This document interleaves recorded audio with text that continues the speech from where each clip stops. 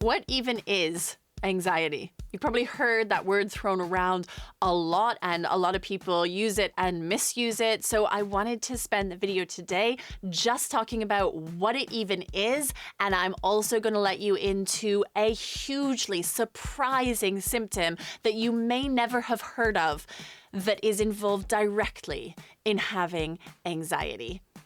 Welcome to the channel. If you're new here, don't forget to hit that subscribe button. We talk about all things mindset, wellness, and today, anxiety. Now, if this is something that you have started to think about, if you are aware that anxiety is this thing that's going on and you want to know a bit more, then you're in the right place. I should say I'm not a psychiatrist or a psychologist. I am a mindset and life coach and a well-being practitioner, and I deal with people all the time who are struggling with anxiety. One of the things that I work with almost more than anything else in order to unlock a person's best self, in order to get them moving forward, in order for them to live the kind of life they want, is to resolve issues around anxiety before we do pretty much anything else. So I'm all those things, but I'm also someone who used to struggle with anxiety. If you want to know about some of the strategies that I developed first for myself and now for my incredible clients and the amazing people that tune into this channel every week, then don't forget to check out the description box below where there are some amazing free resources, but also have a look at some of the videos that I've got in this playlist that are going to help you with all things related to anxiety. But today, I want to just go into the nuts and bolts of what it actually is. And it couldn't really be simpler than this. Anxiety is unease or worry. Now, what's so wrong about that? And in fact, being uneasy or feeling worry is really important. Everybody feels anxious at some point. So sitting in the waiting room, ready to go to that job interview, there are very few people who aren't going to feel slightly anxious in that moment. Or maybe that first date, that brings about some anxiety. Most people have anxiety around standing up and speaking in public. There are lots of kind of commonalities when it comes to feeling anxious.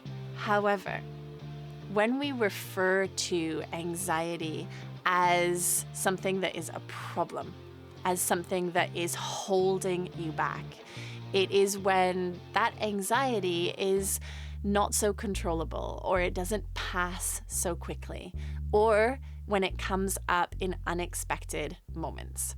Anxiety is based on our survival instinct. So you've heard about flight, fight, and freeze, right? These are our instincts that come up when we feel that we are in threat.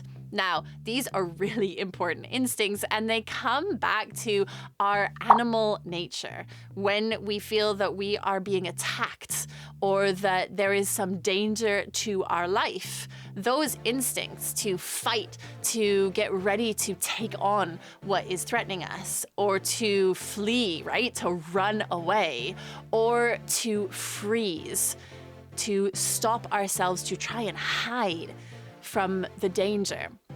Those are all instincts that are really useful if your life is actually in threat. But someone who struggles with anxiety feels that threat more than others. And those flight, fight, or freeze instincts aren't actually warranted from an objective point of view because the threat is not to your life or your survival.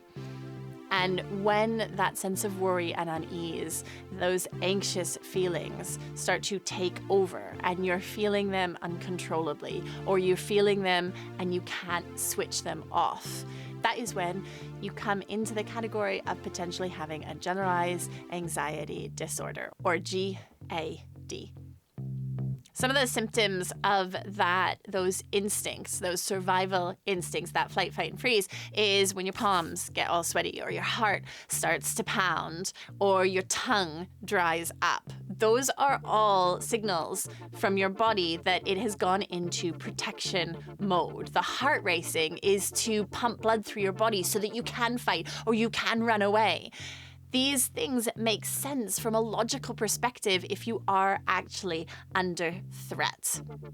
But when you're in a job interview situation, your life is not at threat. And this is why learning how to manage anxiety can be so important.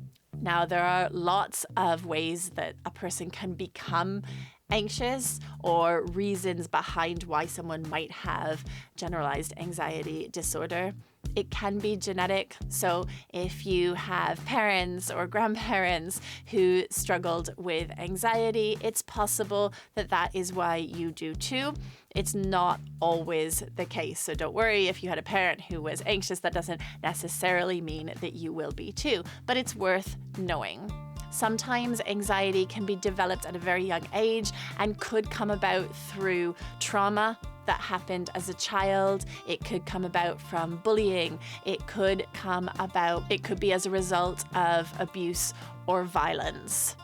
We also know that anxiety can be a consequence of alcohol abuse or other drug misuse.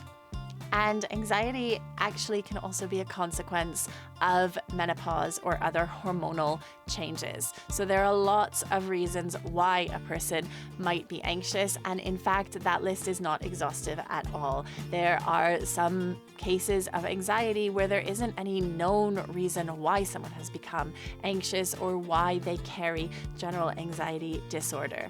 The key thing to know at this point is that you can change it, and that there are really clear tools and strategies to help you if you are someone who struggles with anxiety. And if you want to know more about the really concrete tools that you can introduce into your life in order to navigate your own anxiety, or maybe the anxiety of someone that you love, then do make sure that you subscribe to this channel, because I put out a lot of videos with really clear strategies that you can start using right away to help you manage your anxiety, because I know that it can have a debilitating and devastating effect on your life if you don't have strategies for dealing with it.